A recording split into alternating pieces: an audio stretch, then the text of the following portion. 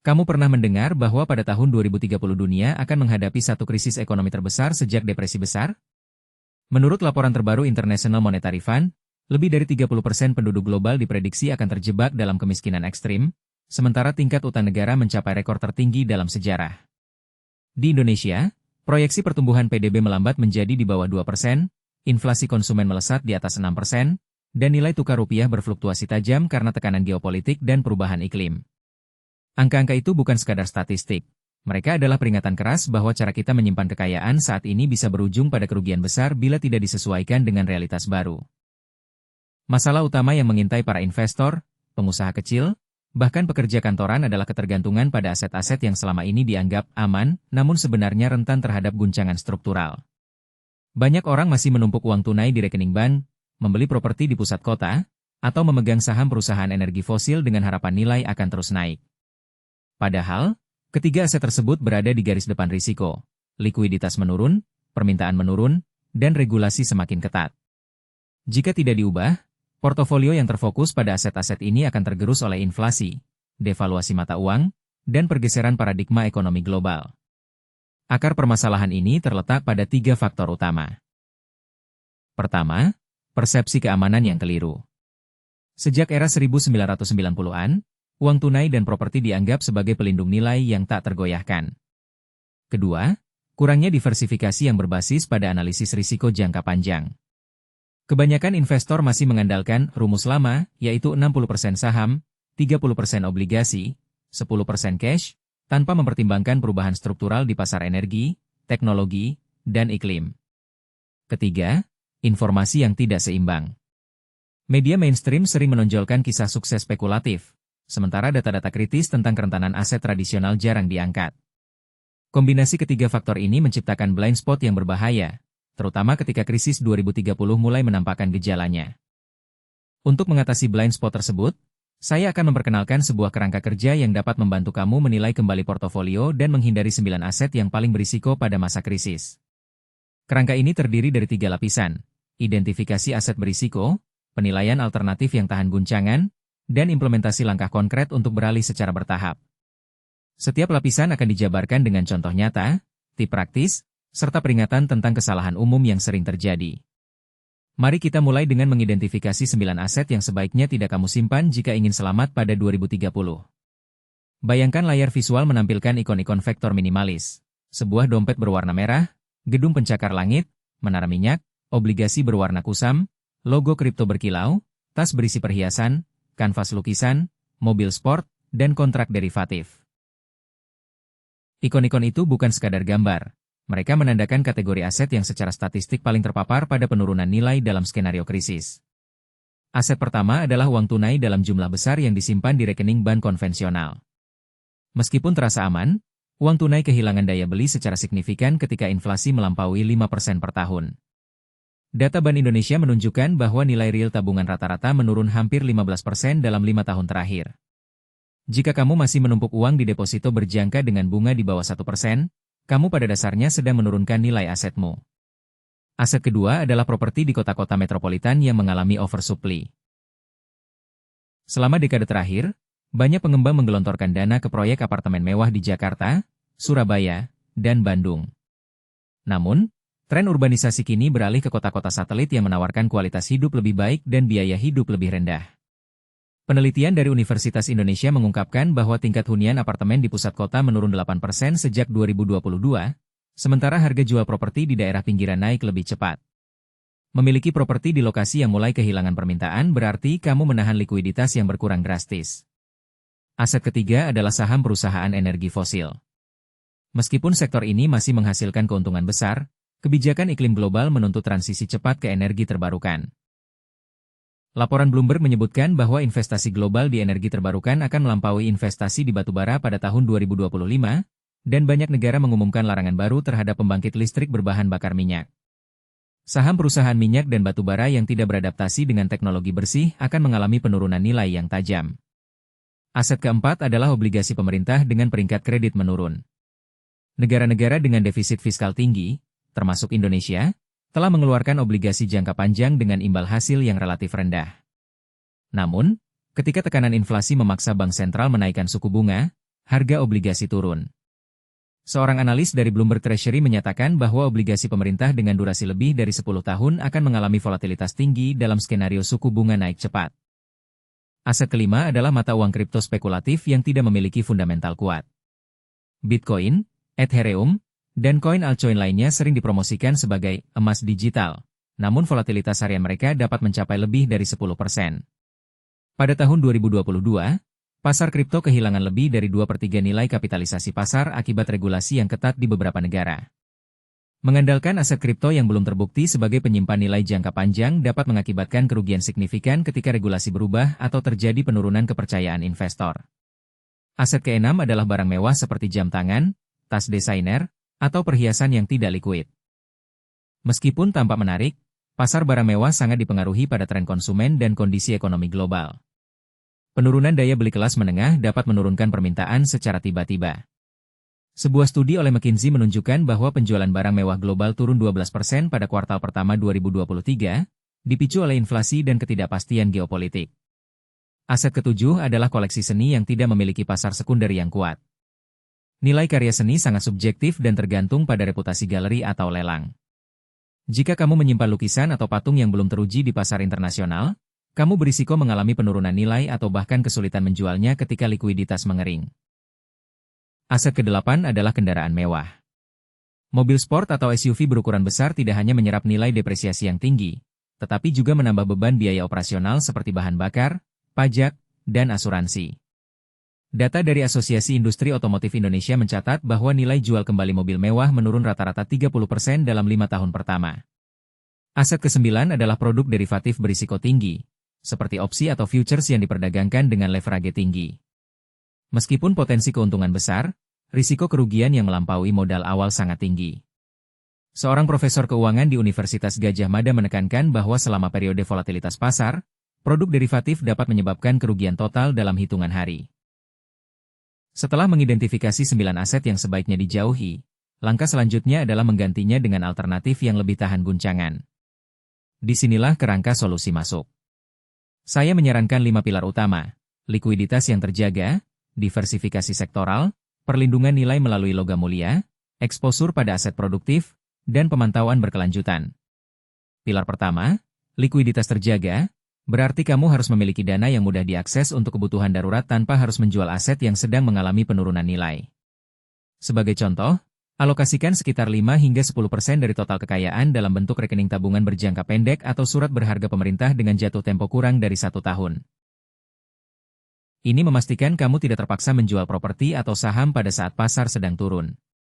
Pilar kedua, diversifikasi sektoral, mengharuskan kamu menyeimbangkan portofolio antara sektor energi terbarukan, teknologi berkelanjutan, agrikultur, dan layanan kesehatan. Saham perusahaan yang memproduksi panel surya, baterai litium, atau teknologi pertanian presisi memiliki prospek pertumbuhan yang kuat seiring dunia beralih ke ekonomi hijau.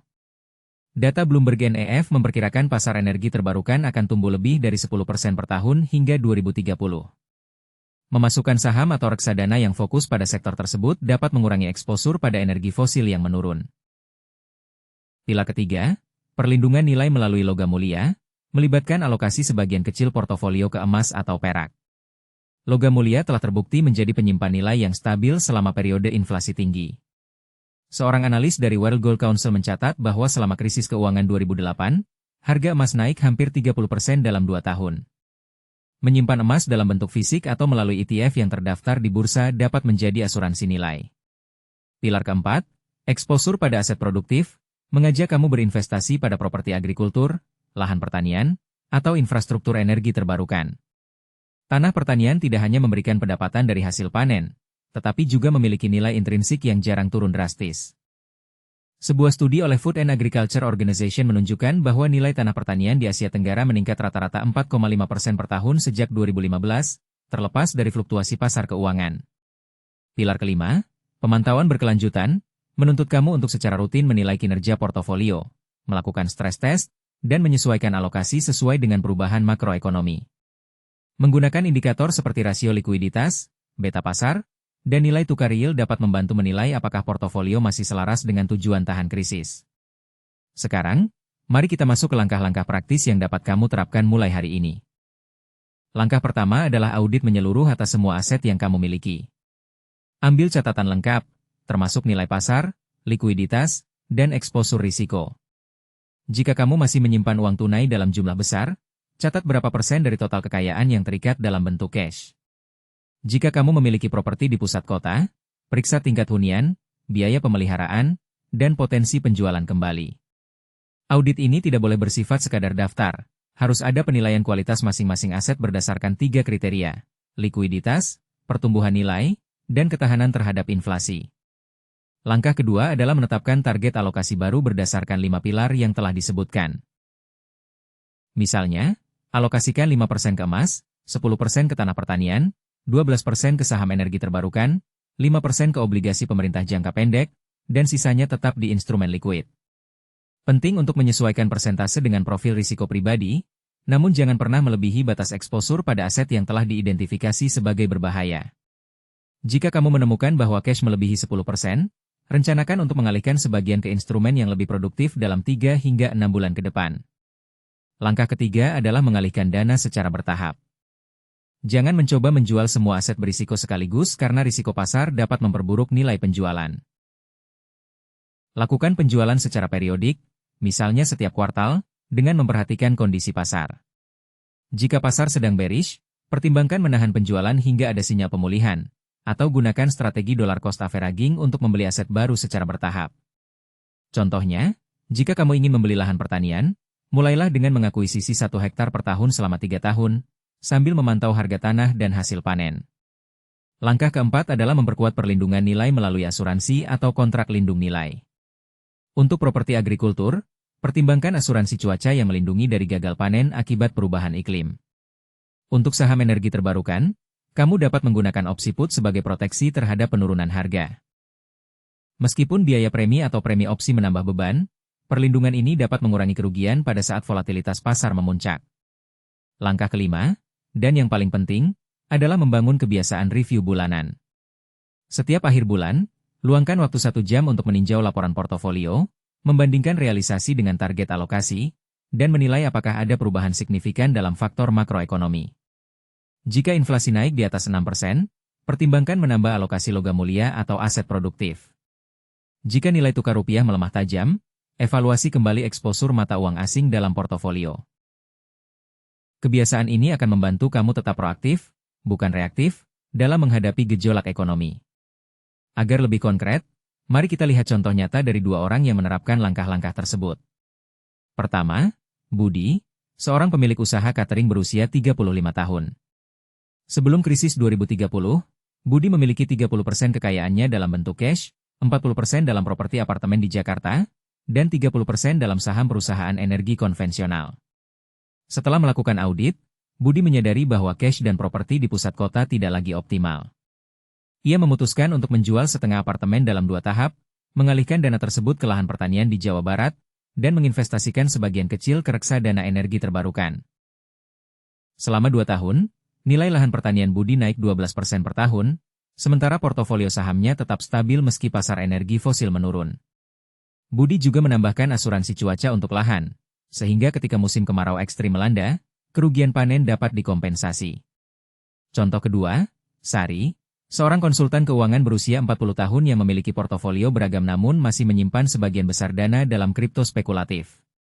Sari menyadari bahwa volatilitas kripto membuatnya sulit mengakses dana darurat. Ia melakukan penjualan bertahap pada koin yang paling fluktuatif, mengalihkan hasil penjualan ke emas fisik dan obligasi pemerintah jangka pendek.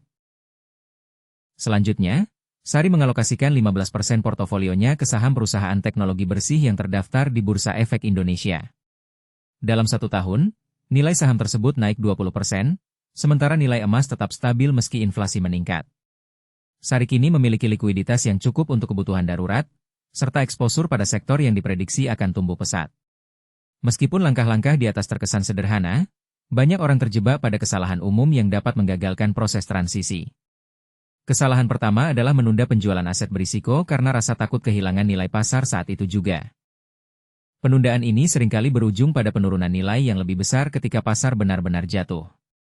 Kesalahan kedua adalah mengalihkan dana ke satu jenis aset baru tanpa melakukan riset mendalam, Misalnya menaruh seluruh dana yang dialihkan ke satu reksadana energi terbarukan yang ternyata memiliki manajer investasi kurang berpengalaman. Diversifikasi dalam kategori baru tetap penting. Kesalahan ketiga adalah mengabaikan biaya transaksi dan pajak yang dapat menggerus hasil investasi. Selalu hitung biaya total sebelum melakukan alokasi ulang. Jika kamu menemukan bahwa langkah awal tidak memberikan hasil yang diharapkan, ada beberapa cara untuk mengoreksinya. Pertama, lakukan analisis ulang terhadap faktor eksternal yang mungkin memengaruhi pasar, seperti kebijakan moneter atau regulasi baru. Kedua, pertimbangkan untuk menambah alokasi ke instrumen yang lebih likuid, seperti ETF yang diperdagangkan di bursa, yang memungkinkan penyesuaian alokasi dengan biaya lebih rendah. Ketiga, konsultasikan dengan penasihat keuangan yang memiliki pengalaman dalam manajemen risiko krisis. Perspektif profesional dapat membantu mengidentifikasi blind spot yang tidak terlihat. Bagaimana cara mengukur apakah strategi ini berhasil? Ada 3 metrik utama yang dapat kamu gunakan. Rasio likuiditas, yaitu persentase aset yang dapat dicairkan dalam waktu kurang dari 3 bulan, harus berada di atas 15%. Kedua, pertumbuhan nilai bersih portofolio setelah dikurangi inflasi. Idealnya, nilai real harus meningkat setidaknya 2 hingga 3% per tahun. Ketiga, volatilitas portofolio, yang dapat diukur dengan standar deviasi bulanan. Targetnya adalah menjaga volatilitas di bawah 10%, yang menandakan portofolio cukup stabil di tengah gejolak pasar. Jika ketiga metrik tersebut terpenuhi selama setidaknya 2 tahun berturut-turut, kamu dapat menyimpulkan bahwa strategi perlindungan krisis telah berhasil. Sebagai penutup, ingatlah bahwa krisis 2030 bukan sekadar ramalan, melainkan kemungkinan nyata yang sudah mulai terlihat melalui data-data ekonomi global. Menyimpan aset-aset yang rentan pada masa ini sama saja dengan menutup mata terhadap risiko yang mengintai. Namun, dengan melakukan audit menyeluruh, mengalihkan dana ke aset yang tahan inflasi, memperkuat likuiditas, dan memantau secara rutin, kamu dapat membangun fondasi keuangan yang kokoh dan siap menghadapi gejolak apapun. Sekarang giliran kamu, tinjau kembali portofolio, identifikasi aset-aset yang harus ditinggalkan, dan ambil langkah pertama hari ini. Bagikan di kolom komentar apa saja aset yang selama ini kamu pegang dan bagaimana rencanamu untuk menyesuaikannya. Saya menantikan cerita kamu, dan bersama kita bisa belajar untuk tetap aman dan berkembang di tengah krisis yang akan datang. Selamat berinvestasi, dan sampai jumpa di video berikutnya. Intinya, jalankan langkah kecil ini secara konsisten supaya hasilnya benar-benar terasa dan perubahanmu tidak berhenti di tengah jalan. Kalau video ini ngebantu, subscribe sekarang, tekan like, tulis pendapatmu di kolom komentar, dan share ke temanmu biar makin banyak yang terbantu.